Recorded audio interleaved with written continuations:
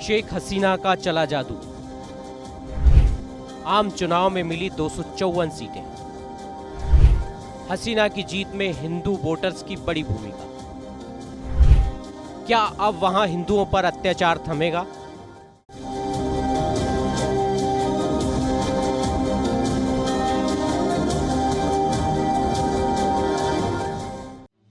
जी हां, बांग्लादेश के आम चुनाव में प्रधानमंत्री शेख हसीना को एक बार फिर जनादेश मिला है।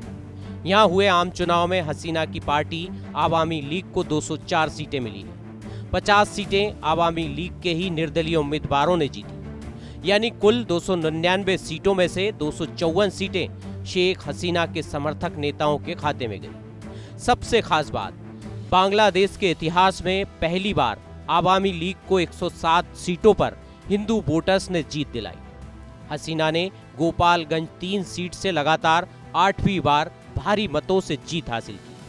शेख हसीना को 2,49,965 वोट मिले, जबकि उनके विरोधी को महज 469 वोट हासिल हुए। इससे 76 वर्षीय हसीना का लगातार चौथी बार और कुल 5वीं बार प्रधानमंत्री बनना तय है।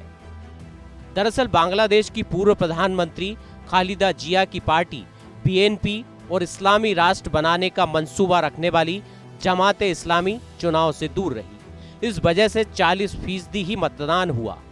पिछले चुनाव यानी 80% के आधा।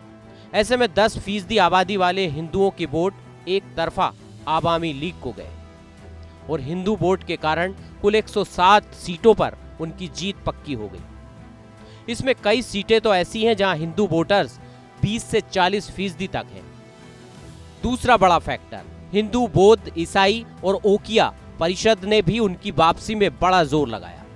तीसरा बड़ा फैक्टर, शेख हसीना भारत समर्थक मानी जाती है। प्रधानमंत्री मोदी से भी उनकी अच्छी ट्यूनिंग है, इसलिए बांग्लादेश के चुनाव में शेख हसीना की जीत में हिंदुस्तान से जुड़ाव भी बड़ा फैक्टर रहा है। अपनी जीत के बाद शेख हसीना ने कहा, हम भाग्यशाली हैं कि हमारा भारत जैसा विश्वसनीय दोस्त है। 1975 के बाद जब हमारा परिवार खत्म हो गया तो उन्होंने हमें शरण दी, इसलिए भारतीयों के लिए हमारी शुभकामनाएं हैं।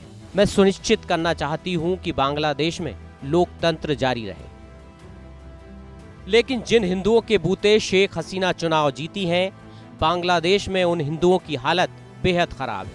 बांग्लादेश में हिंदुओं की हालत कुछ वैसी ही है जैसी पाकिस्तान में है। पाकिस्तान की तरह ही बांग्लादेश में हिंदुओं का वजूद खतरे में है। यहाँ मुस्लिम कट्टरपंथियों द्वारा मंदिरों में तोड़फोड़ और जबरन धर्म परिवर्तन के लिए मजबूर किया जाना आम बात है, वो भी तब जब भारत समर्थक और हिंदुओं की हकों की बात करने वाली शेख हसीना सरकार हो। इस जीत के बाद एक बार फिर वहाँ के हिंदुओं को शेख हसीना सरकार से बड़ी उम्मीदें हैं, लेकिन अब वे अपने वादों पर कितना खरा उतरेंगी, इसका वहाँ और यहाँ के हिंदुओं को इंतजार रहेगा।